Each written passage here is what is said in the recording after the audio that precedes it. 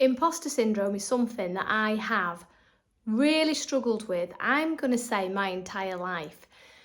And I think people get imposter syndrome wrong. They go, you only feel like an imposter because you've never done the thing before and it's new. And that's not what imposter syndrome is. That's doubt. And of course you're going to doubt your ability to do something if you've never done it before. That's perfectly normal. That is a normal that's a normal human reaction. That's what your brain's supposed to do. But imposter syndrome is different. Imposter syndrome is no matter how much experience you get, no matter how many client testimonials, no matter how many stages you speak on, no matter how many launches you do, how many podcasts you go on, how many people tell you you're amazing, you still just don't believe them. There is nothing that anybody can say that makes you believe that you are good at what you do. And you'll make all sorts of excuses in your head of, they're just saying that they enjoyed my program because they're nice people, or anybody could do what I do. That successful launch that I had, anybody could do that. Or you might say things like, well, it's just luck. I was just lucky. I just happened to be in the right place at the right time and meet that particular person and say the right thing to that person. And that is the difference between imposter syndrome and self-doubt. Now, I think with doubt, it's a lot easier to overcome because, yes, you do the thing that you're scared of and then you train your mind and it goes, oh, right, well, we do that thing. We do the podcast, we speak on stage, or we do a launch, whatever. And actually, it's all right. And you do it more often, then the experience builds and then the self-doubt goes. But that's not what happens with imposter syndrome. No matter how many times you do it, it's still there.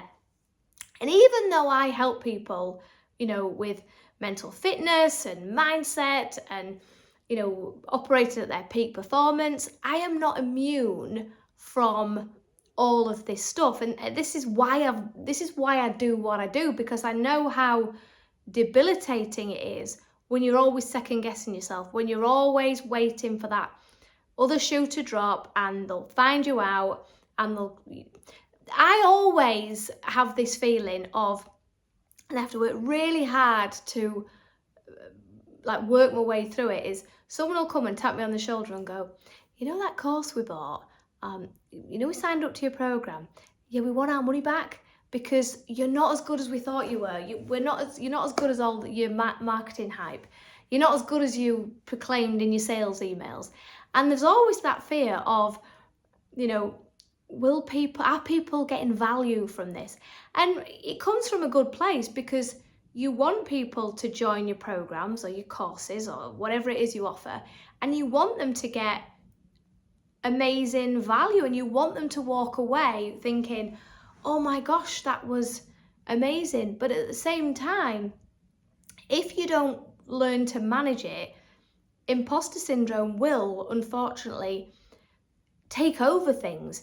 And yes, you will be successful with imposter syndrome because the nature of imposter syndrome means that you never feel good enough. You never feel like you deserve the money you make or the awards that you've got or the level of influence that you have or the level of authority you have. You always feel like, I don't really deserve this. So what we do is we work harder, we work longer, we work more hours, we do more calls, we send more emails, we do more work, we put more effort in. So you will always be successful if you've got imposter syndrome. But of course, it just doesn't feel very nice. Building a business with imposter syndrome feels like you're trying to go at 100 miles an hour, but somebody's holding you back and you're only going 10 miles an hour. Because everything you do, you second guess. Everything you say, you critique. Every email takes 4 hours to send rather than 40 minutes to send because you're constantly checking it. Every podcast episode you do, you're critiquing it and you're analysing what you've said. I almost didn't make this video. And I'll be honest with you, because I've dabbled with having a YouTube channel for ages and I've never really gone full throttle. Well, I am now.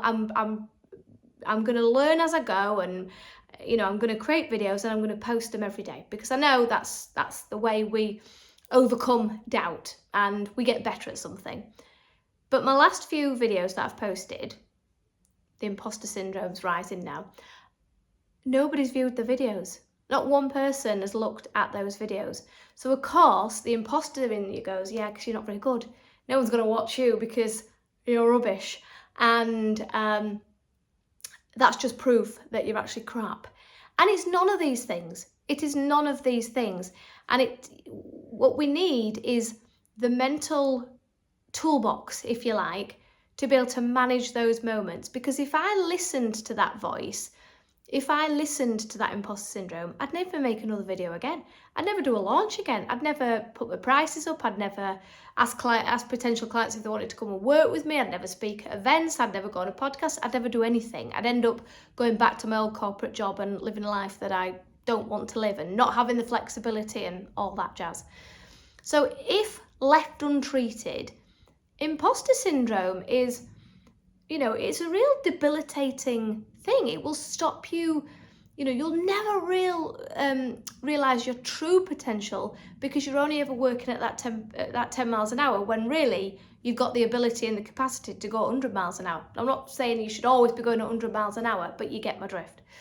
So what I try and do is, let's take this video, for example. So I thought about coming on and talk about this because this is what we spoke about in my membership this morning, about imposter syndrome and how it stops you and how it makes things really difficult. So I thought this is a perfect thing to come and create a video about, particularly because it's something I have as well, but I have the toolkit to learn to deal with it.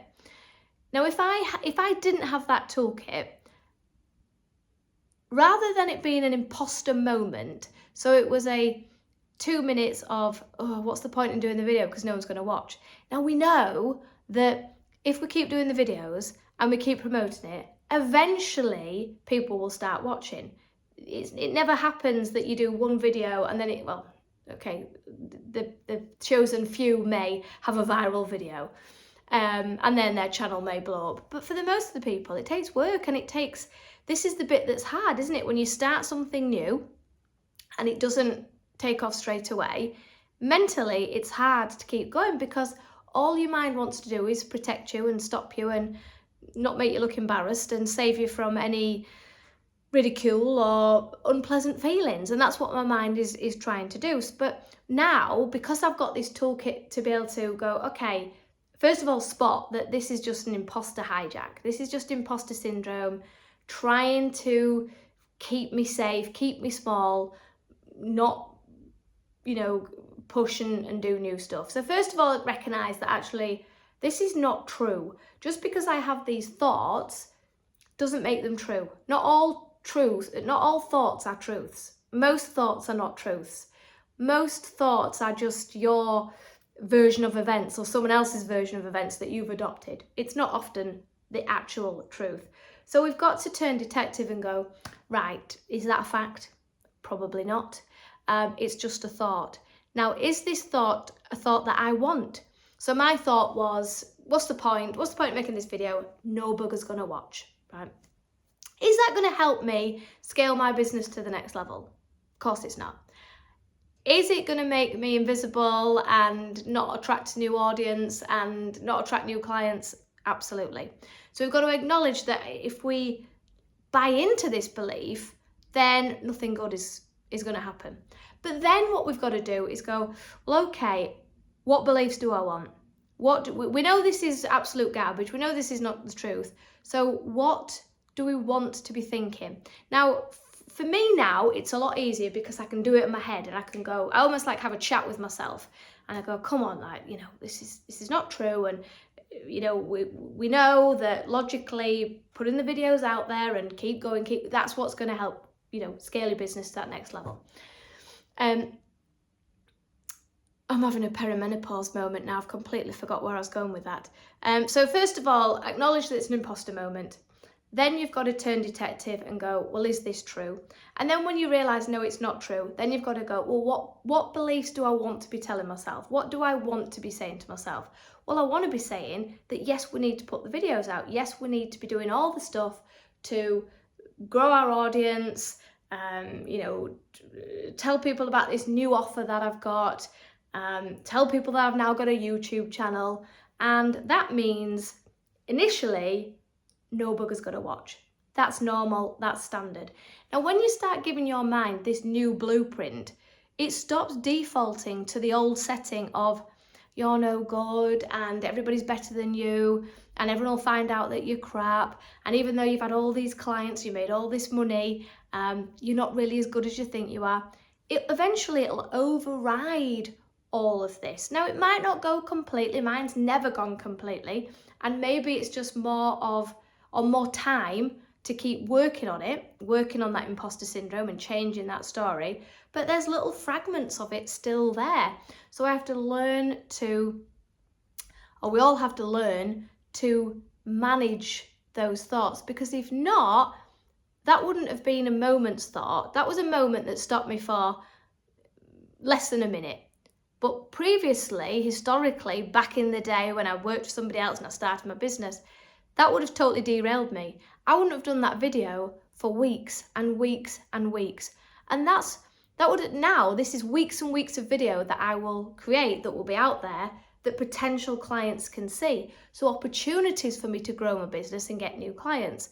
But before, that wouldn't have been an opportunity because I would have kept doubting myself and I probably would have never got around to doing the video, which is what happened the first few years of my business. Didn't do any video, didn't put myself out there. So imposter syndrome, totally different to self-doubt. But you must work on catching that imposter syndrome, assessing whether these beliefs are true, and then looking to reframe them. Now, it is hard to do on your own at times.